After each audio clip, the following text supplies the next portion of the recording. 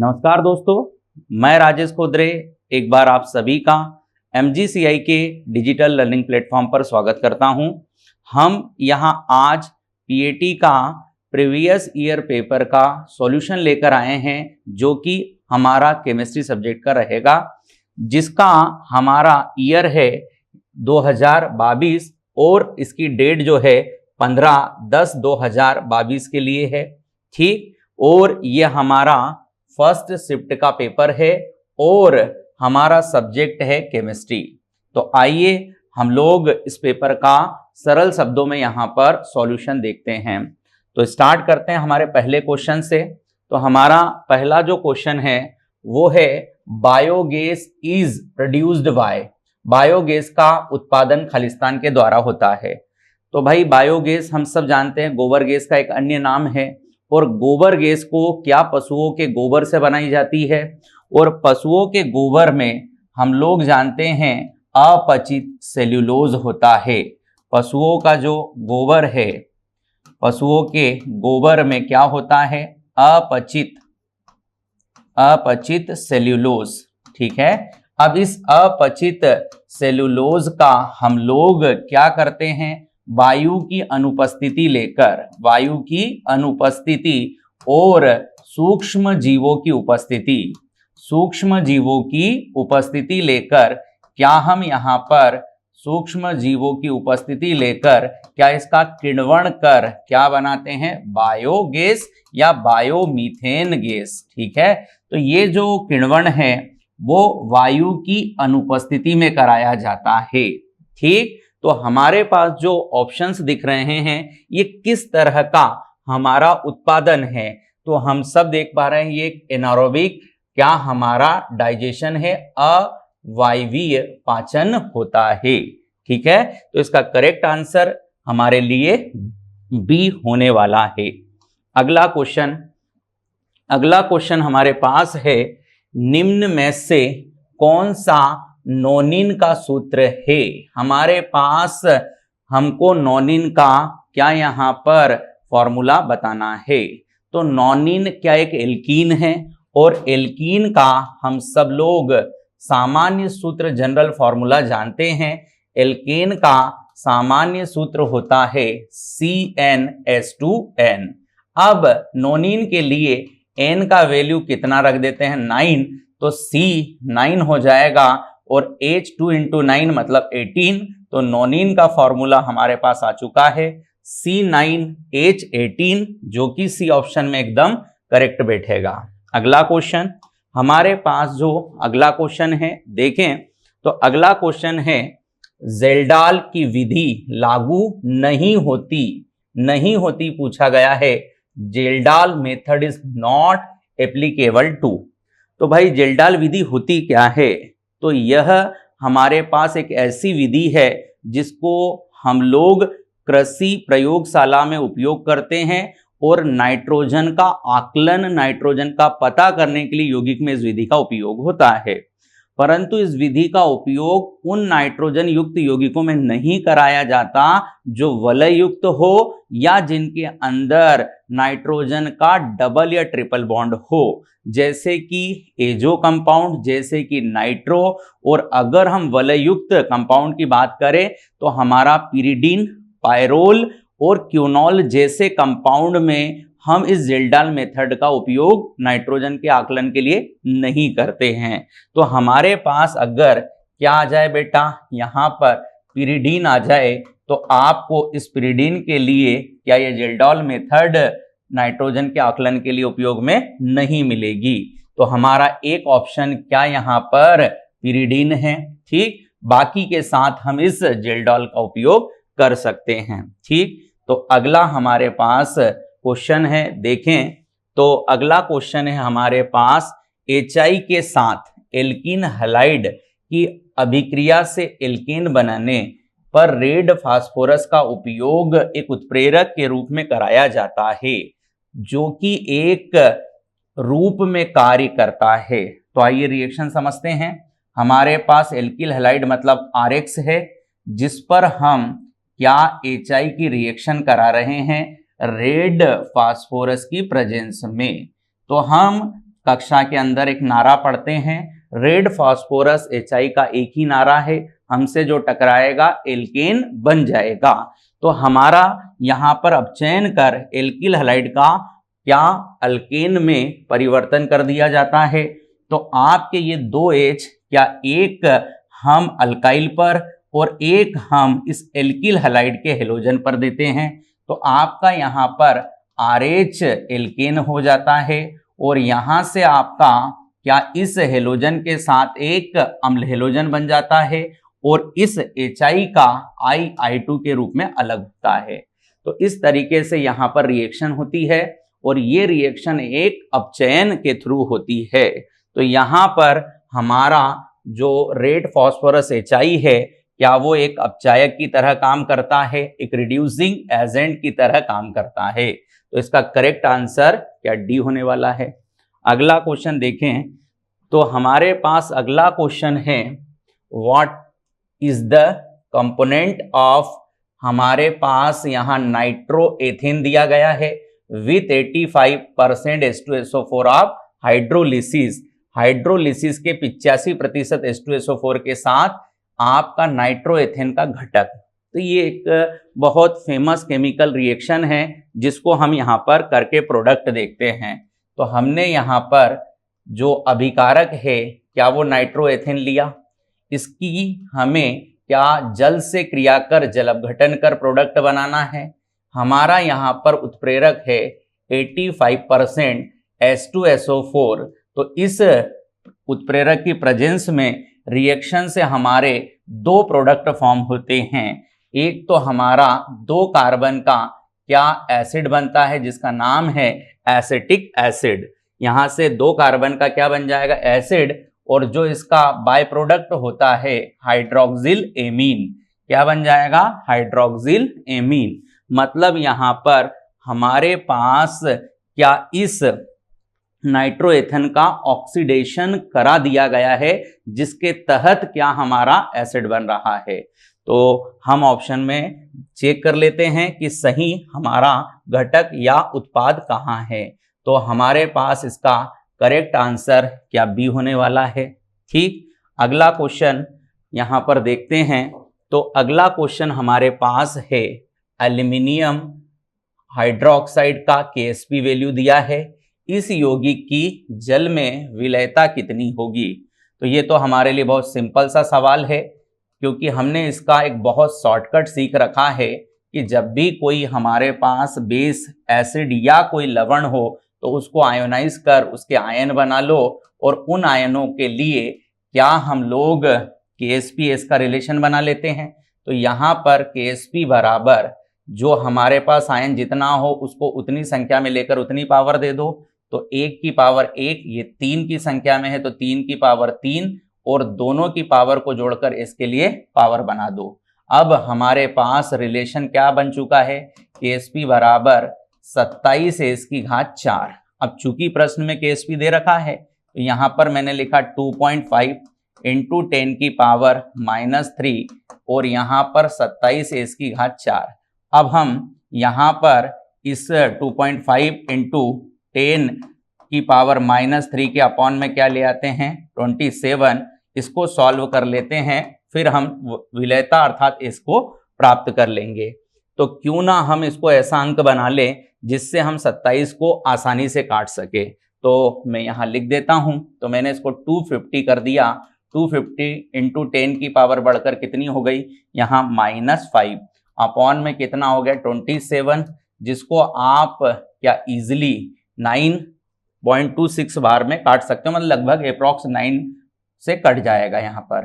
तो यहाँ पर हमारे पास 9.26 इंटू 10 की पावर कितना आ गया -5।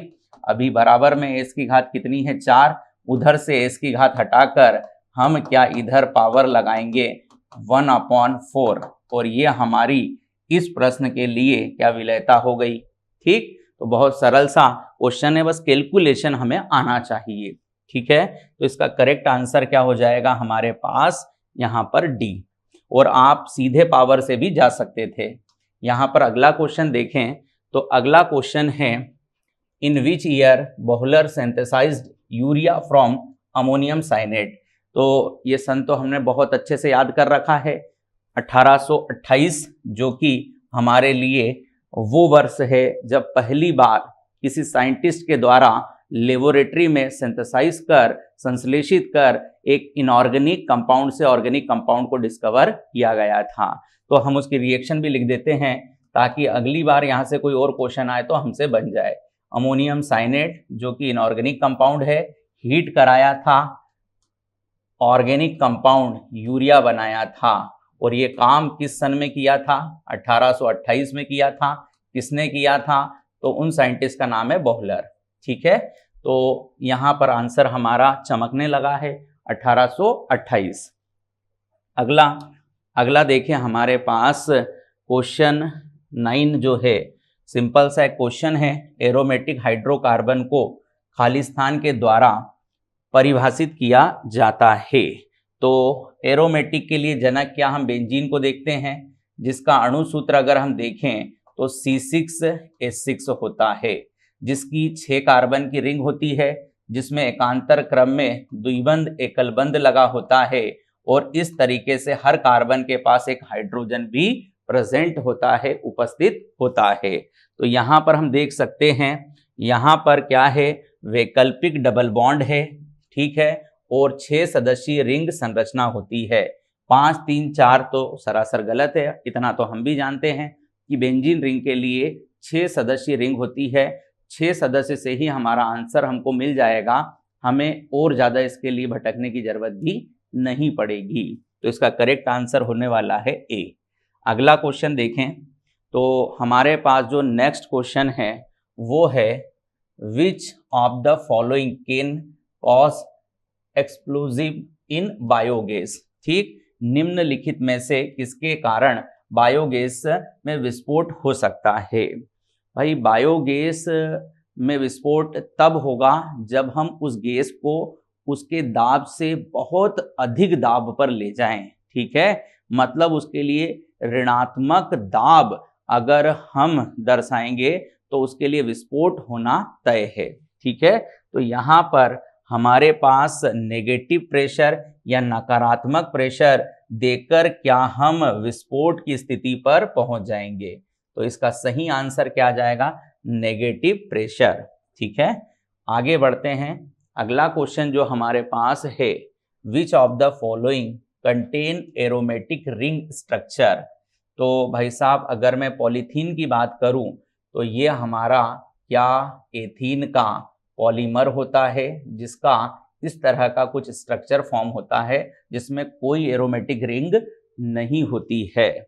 अब हम Q1 की बात करें तो ये हमारा 8 कार्बन का क्या इस तरह का एक एल्कीन है, जिसको हम Q1 भी बुलाते हैं। तो इसके अंदर भी हमारे पास कोई एरोमेटिक रिंग नहीं होती। एसीटोन 3 कार्बन का कीटोन होता है, इसके अंदर भी हमारे पास कोई एरोमेटिक रिंग नहीं होती। हाँ, डीएनए की बात करें तो इसका जो हमारे पास एडेनिन और गुआनिन टाइप का नाइट्रोजनस बेस है, क्या इसमें हमारे पास एरोमेटिक रिंग होता है?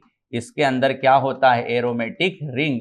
तो ये हमारा जब डीएनए के साथ क्या नाइट्रोजनस बेस बनकर जाएगा, प्लस यहाँ पर शर्करा और प्लस यहाँ पर क्या होगा? फॉस्फेट, तो हम कह सकते हैं कि हमारा जो डीएनए है क्या वो एरोमेटिक वलय संरचना रखता है। ठीक है, अगला क्वेश्चन देखें तो अगला क्वेश्चन है, प्राथमिक समावयवता कितने प्रकार की होती है? तो भाई समावयवता जहां यौगिकों के अणुसूत्र समान हो, भौतिक रासायनिक गुणों में क्या हो? भिन्नता हो। अब ऐसी समावयवता को हम क्या 2 भागों में बांटते हैं, एक संरचना के आधार पर और एक त्रिविम्ब में व्यवस्था या परमाणु की व्यवस्था के आधार पर। तो हमारी जो प्राथमिक समावयवता है उसके 2 मुख्य प्रकार है, संरचनात्मक और त्रिविम्ब। तो इसका आंसर हमारे पास आ जाएगा 2। अगला क्वेश्चन देखते हैं। नेक्स्ट जो क्वेश्चन है हमारे पास वो है, निम्नलिखित में से किस कार्बनिक यौगिक का सामान्य नाम एनीसॉल है? तो हमारे पास बेंजीन रिंग पर जब मिथॉक्सी ग्रुप आ जाता है तो इसका हमारा जो कॉमन नेम है, फेमस नाम है, एनिसोल कहलाता है। ये इसका कॉमन नेम होता है। अगर आईयूपीएसी की बात करें तो इसका आईयूपीएसी नाम होता है मिथॉक्सीबेंजीन। ये इसका आईयूपीएसी नाम है। क्लियर? तो इसका करेक्ट आंसर हम सी को कहने वाले हैं। ठीक, अगला क्वेश्चन देखें तो नेक्स्ट जो हमारे पास क्वेश्चन आता है वह है स्ट्रेट चेन एल्कीन का क्वथनांक किसके साथ बढ़ता है। स्ट्रेट चेन एल्कीन के बॉइलिंग पॉइंट किसके साथ बढ़ते हैं। स्ट्रेट चेन मतलब हमारे पास भाई साहब क्या सीधी श्रृंखला वाले एल्कीन की बात चल रही है। तो सीधी श्रृंखला वाले एल्कीन के क्वथनांक के लिए आपको दो बातें देखना है। तो क्वथनांक पहले तो समानुपाती होता है मॉलिक्यूलर वेट अणुभार के। जैसे जैसे सीधी श्रृंखला के एल्कीन का अणुभार बढ़ेगा इसका क्वथनांक भी बढ़ेगा। और दूसरा होता है सतह का क्षेत्रफल। जैसे जैसे सतह का क्षेत्रफल बढ़ेगा क्वथनांक भी बढ़ेगा। तो अब हम देख लेते हैं हमारे पास ऑप्शन में क्या है। मोलर द्रव्यमान पर निर्भर नहीं करता, गलत बात। घटते हुए मोलर द्रव्यमान पर, यह भी इनकरेक्ट है। घटते हुए द्विध्रुव आघूर्ण पर, यह भी गलत है। बढ़ते हुए मोलर द्रव्यमान पर, क्या हमारा डी इसके लिए करेक्ट होगा जैसा हमने रिलेशन लिखा है उसके अनुसार। अगला क्वेश्चन हमारे पास, ये जो क्वेश्चन है ये एक बहुत अच्छे लेवल का क्वेश्चन है और ये हमारा क्या केमिकल इक्विलिब्रियम से आया है। तो अब हम इसको अच्छे से यहाँ से समझें। तो हमारे पास यहाँ पर क्या कुछ रिएक्शंस दी गई है। इन रिएक्शन के बेस्ड पर हमको एक मास्टर रिएक्शन के लिए रिलेशन निकालना है।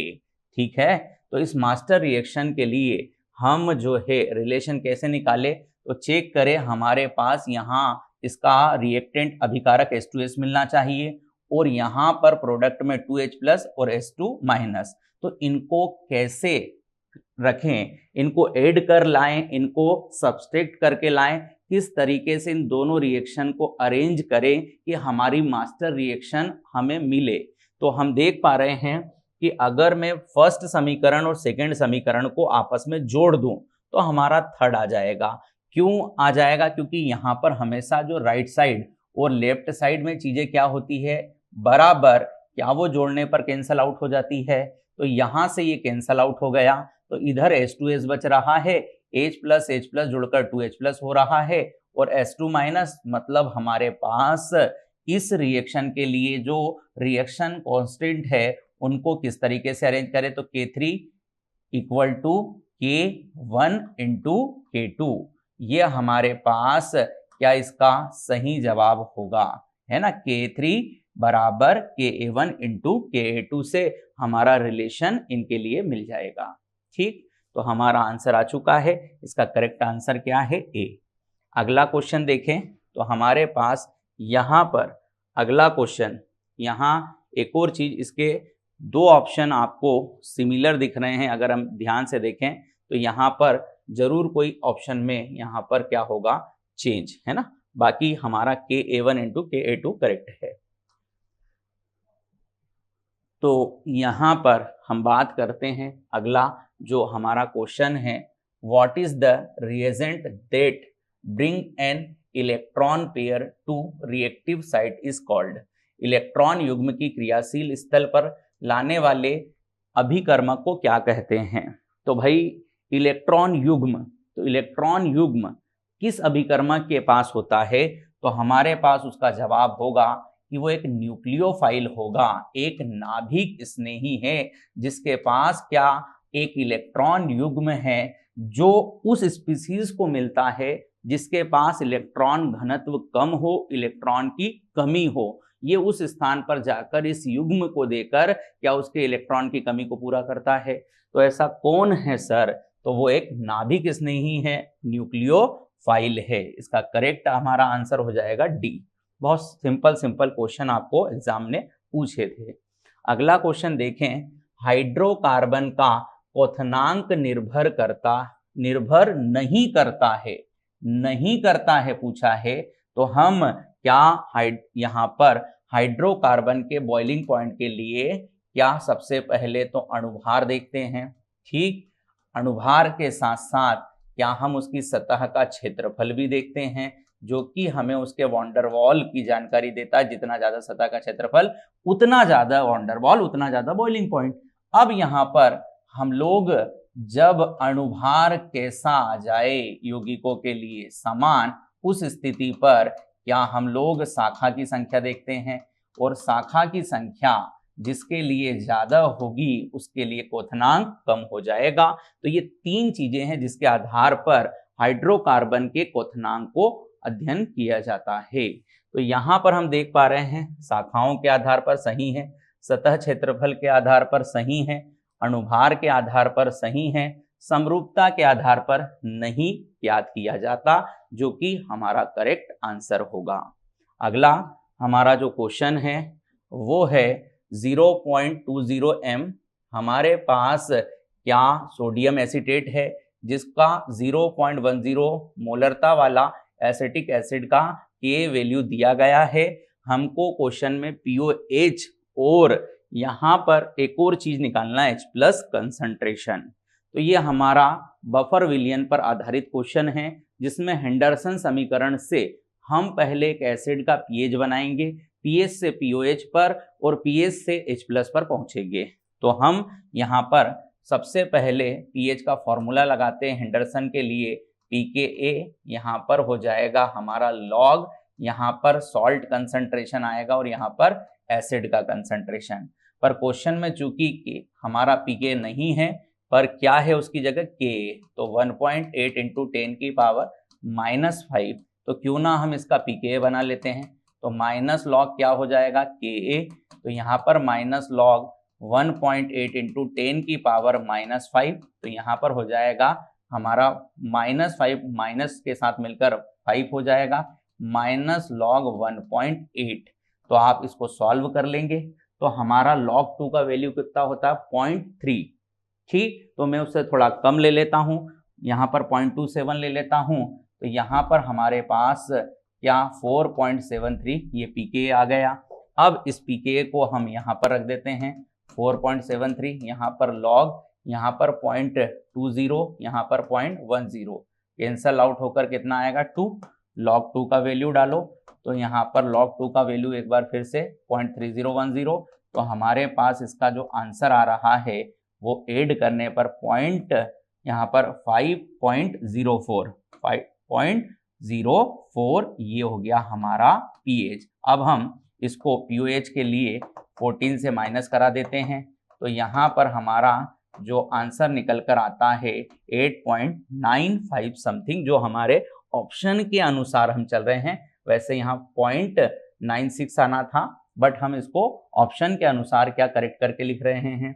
अब हम इस तरह से क्या पीओएच पे पहुंच गए। अब आती है बारी हमारे लिए H+ की, तो पीएच हमारे पास कितना आया था 5.04। इस तरह के दशमलव पीएच का H+ कैसे बनाते हैं, तो सर हम इसके आगे का क्या एक पूर्णांक अंक लेकर उसकी 10 की ऋणात्मक घात बना देते हैं और इसमें से इसको माइनस कर पॉइंट वाली वैल्यू बनाते हैं। तो 6 में से अगर 5.04 को घटाऊं तो यहाँ पर 0.95 आएगा। अब ये 0.95 किस लॉग की वैल्यू है वो आपको सोचना है। तो आप सोचते हो ये 9 का क्या लॉग मान होता है, और 9 इंटू यहाँ पर 10 की पावर -6 ये इस पीएच का क्या हमारे लिए H+ है। तो अब हम अपने करेक्ट आंसर पर बिल्कुल पहुंच चुके हैं, जो कि क्या B है। ठीक, तो कैसे हम पीएच का H+ बनाते हैं, हम जो भी पीएच है अगर दशमलव वाला उसका अगला पूर्णांक लेकर उसकी पावर बनाते हैं, उस पावर में से उस पीएच के मान को घटाकर जो दशमलव मान आता है उसका लॉग वैल्यू किसका है लेकर या कंसंट्रेशन बना लेते हैं। अगला क्वेश्चन हमारे पास, अगला क्वेश्चन है पैराफिन का सामान्य सूत्र। तो भाई साहब ये पैराफिन जो है इसका हमारे लिए अन्य नाम है, तो ये एल्केन का अन्य नाम है जिसका अर्थ होता है कम क्रियाशील, और एल्केन का सामान्य सूत्र होता है CnH2n+2, CnH2n+2। तो इसका correct answer will be C। अगला क्वेश्चन देखें, तो हमारे पास जो अगला क्वेश्चन है, कौन सा बंधन टूटता है तो इलेक्ट्रॉनों का एक साझा जोड़ी एक टुकड़े के साथ रहता है। तो भाई बंध का विखंडन क्या हम दो तरह से कर सकते हैं? कैसे सर? जबकि हमारा C तथा Z का विद्युत ऋणात्मकता अर्थात इलेक्ट्रोनेगेटिविटी क्या हो? अलग हो, या कहें कि भिन्न हो। तो जब दोनों की इलेक्ट्रोनेगेटिविटी का क्या हो? अंतर। तो जिसकी इलेक्ट्रोनेगेटिविटी ज्यादा हो उसके साथ क्या ये पेयर जाएगा? सपोज मान लेते हैं C और Z में Z की इलेक्ट्रोनेगेटिविटी क्या हो गई? ज्यादा। तो अब ब्रेकिंग जो होगी वो क्या एक से इलेक्ट्रॉन चला जाएगा, दूसरे पर दोनों इलेक्ट्रॉन आ जाएंगे। इससे हमें क्या मिलता है? चार्ज, मतलब आयन स्पीसीज बनती है। और इस तरह के बंध विखंडन को हेटेरोलेटिक विषमास विदलन कहते हैं। जब हमारे शेयरिंग के साझेदारी के दोनों इलेक्ट्रॉन किसी एक स्पीसीज को मिले जिससे हमारे दो आयन क्रिएट होते हैं। ठीक, अगर कार्बन अधिक विद्युत ऋणी होता तो कार्बन पर ऋण और जेड पर प्लस, यह भी हमारा विषमास विदलन हेटेरोलेटिक विदलन कहलाता। परंतु बेटा अगर ऐसा कुछ हो कि दोनों की इलेक्ट्रोनेगेटिविटी लगभग सेम हो तो दोनों ही अपना एक एक इलेक्ट्रॉन लेकर अलग होंगे, और इस स्थिति पर हमारा मुक्त मूलक बनता है, यहाँ पर चार्ज नहीं बनते। इस तरह के बंध विदलन को होमोलिटिक और समास विदलन कहते हैं, जब दोनों ही अपने इलेक्ट्रॉन लेकर अलग हो जाए। पर एक ही को दोनों इलेक्ट्रॉन चले जाएं तो विषमास, और दोनों को एक एक मिले तो समास। तो इसका सही आंसर हमारा हो जाएगा बी, ये एक हेटेरोलेटिक क्या हमारा फिजन है। अगला देखें तो अगला हमारे पास एक क्वेश्चन है, which of the following statement about the organic reaction mechanism is incorrect. निम्नलिखित में से कौन सा कथन कार्बनिक अभिक्रिया के बारे में गलत है? तो भाई कार्बनिक अभिक्रिया जो होमोलिटिक विखंडन द्वारा आगे बढ़ती है मुक्त मूलक बनाती है। अभी बताया होमोलिटिक होगा तो दोनों ही अपना अपना इलेक्ट्रॉन लेकर मुक्त मूलक बनाएगा, एकदम करेक्ट स्टेटमेंट है। यहाँ पर प्राथमिक से तृतीयक की ओर बढ़ने पर एल्किल मूलक का स्थिरता घटती है, ये थोड़ा सा हमारा रॉन्ग स्टेटमेंट है। अगर हम एक एल्किल हैलाइड की बात करें जो कि हमारा क्या 3 डिग्री है, ठीक, यहाँ पर अगर हम बात करें एल्किल हैलाइड की जो कि हमारे लिए क्या 2 डिग्री है, या हम बात करें 1 डिग्री की, तो अगर हैलाइड को हटाया जाए तो यहाँ पर कार्ब केटायन जनरेट होता है, और कार्ब केटायन तब ज्यादा स्टेबल होता है जबकि उसके पास ज्यादा एल्किल हो, मतलब वहां हमारे प्लस आई लोग ज्यादा हो। तो 3 डिग्री से 1 डिग्री पर ये स्थिरता क्या होती है? कम, जो कि इस स्टेटमेंट के हिसाब से गलत है। ठीक, तो विषमास विदलन में एक ही खंड के पास इलेक्ट्रॉन युग्म होता है। बिल्कुल, विषमास मतलब एक ही व्यक्ति के पास वह युग्म होगा और दूसरे से वो दूर होगा। यहाँ पर समास विदलन में इलेक्ट्रॉन युग्म के स्थान पर एकल इलेक्ट्रॉन की गति होती है। बिल्कुल करेक्ट, यह भी हमारे लिए बात है, मतलब इनकरेक्ट क्या हो गया? बी। आगे देखते हैं अगला क्वेश्चन। तो अगला क्वेश्चन हमारे पास है, निम्नलिखित में से किसका अपवर्तनांक उच्चतम है? Refractive index. तो ये रिफ्रैक्टिव इंडेक्स क्या होता है भाई? तो जल हुआ हमारा, कांच हुआ हमारा, वायु हुआ, इसमें से हमारा इलेक्ट्रोमैग्नेटिक रेडिएशन जब पास होता है तो उसकी चाल पर माध्यम से क्या परिवर्तन आया है, यह उसका अपवर्तनांक होता है, जो कि हमारे लिए द्रव के लिए कम किंतु कोई क्रिस्टलीय पदार्थ है उसके लिए ज्यादा होता है। तो हमारे लिए सबसे ज्यादा अपवर्तनांक किसी के लिए है तो वो हीरे के लिए है। बट अगर हमारे पास ऐसा ऑप्शन नहीं है तो यहाँ पर बर्फ और सेंधा नमक दिख रहा है, इसका अपवर्तनांक वैल्यू 1.3 समथिंग लेते हैं, यहाँ पर 1.45 इसका अपवर्तनांक होता है इलेक्ट्रोमैग्नेटिक रेडिएशन के लिए। तो हमारे लिए इसका करेक्ट आंसर क्या होगा? सेंधा नमक। अगला क्वेश्चन हमारे पास जो है, बायोगैस का एक भाग बायोगैस के अनुपात में कितने भाग में हवा में मिश्रित होने पर विस्फोट हो सकता है? तो भाई वायु के साथ मीथेन का 8 से 20% मिश्रण या फायर डैम्प कहलाता है, जो विस्फोट के साथ जलता है। मतलब आपकी मीथेन का 8 से 20% जब वायु में आ जाता है तो विस्फोट होने की संभावना बढ़ जाती है। तो हम इसका करेक्ट आंसर क्या सी को कहने वाले हैं। अब हमारे पास अगला जो क्वेश्चन है देखें तो अगला क्वेश्चन है मेथॉक्सीप्रोपेन और खालिस्तान मेटामरिज्म प्रदर्शित करता है। तो मेथॉक्सीप्रोपेन का अपन स्ट्रक्चर ड्रॉ कर लेते हैं। तो ये मेथॉक्सीप्रोपेन का हमारा क्या स्ट्रक्चर हो गया। अब हम इसके और मध्यावयव बना लेते हैं। तो इसका एक मध्यावयव हमारा क्या इथॉक्सी, यहाँ पर क्या हो गया एथेन हो गया। और चाहो तो इसका एक मध्यावयव भी और आप ले सकते हो, वह है आपका 2 मेथॉक्सी क्या यहाँ पर प्रोपेन हो गया। तो चेक कर लें तो यहाँ पर ethoxy propane, ethoxy butane, ethoxy phenol और इथॉक्सी यहाँ पर इथेन है। मतलब ये हमारा करेक्ट इसका आंसर है। ठीक है, अगला क्वेश्चन देखें तो हमारे पास जो अगला क्वेश्चन है, निम्न में से कौन से उत्प्रेरक हाइड्रोजनीकरण स्थितियों के तहत तैयार किया जाता है। तो कौन से हाइड्रोकार्बन हैं जिनको हाइड्रोजनीकरण बनाते हैं। तो हमारे संतृप्त प्रकार के जो हाइड्रोकार्बन हैं इनको एल्कीन अल्काइन के क्या हाइड्रोजनीकरण कर तैयार करते हैं। तो इसका बहुत सिंपल सा आंसर है, क्या होगा इसका सही जवाब, हमारा अल्केन जो है क्या हाइड्रोजनीकरण कर हमको मिलेगा। अगला हमारा जो नेक्स्ट क्वेश्चन है आइए इसको देखते हैं। तो भाई 3 एथिल 4,4 डाइमिथिल हेप्टेन में कार्बन परमाणुओं की संख्या। तो जब भी एक नाम की संरचना बनाना हो पहले मूल शब्द पकड़ लो। तो मूल शब्द के लिए हेप्टेन बोला है, हेप्टेन मतलब 7 कार्बन। आपकी मर्जी हो लेफ्ट टू राइट या राइट टू लेफ्ट जाकर अंक लिख दो। आपने अंक लिख दिया, आपको 3 पर एथिल जोड़ना है तो आपने यहाँ पर 2 कार्बन की एक शाखा बना दी, 4 पर एक मेथिल ऊपर एक नीचे क्योंकि डाइमेथिल बोला है। अब चाहो तो इसी में कार्बन काउंट कर लो 1 2 3 4 5 6 7 और 8 9 10 11, मतलब कितना कार्बन हो रहा है यहाँ पर 11। तो हमारा करेक्ट आंसर क्या हो गया बी। ठीक, तो इस तरीके से भाई हमने यहाँ पर पीएटी 2022 केमिस्ट्री के पेपर के कंप्लीट 25 क्वेश्चन का सॉल्यूशन देखा।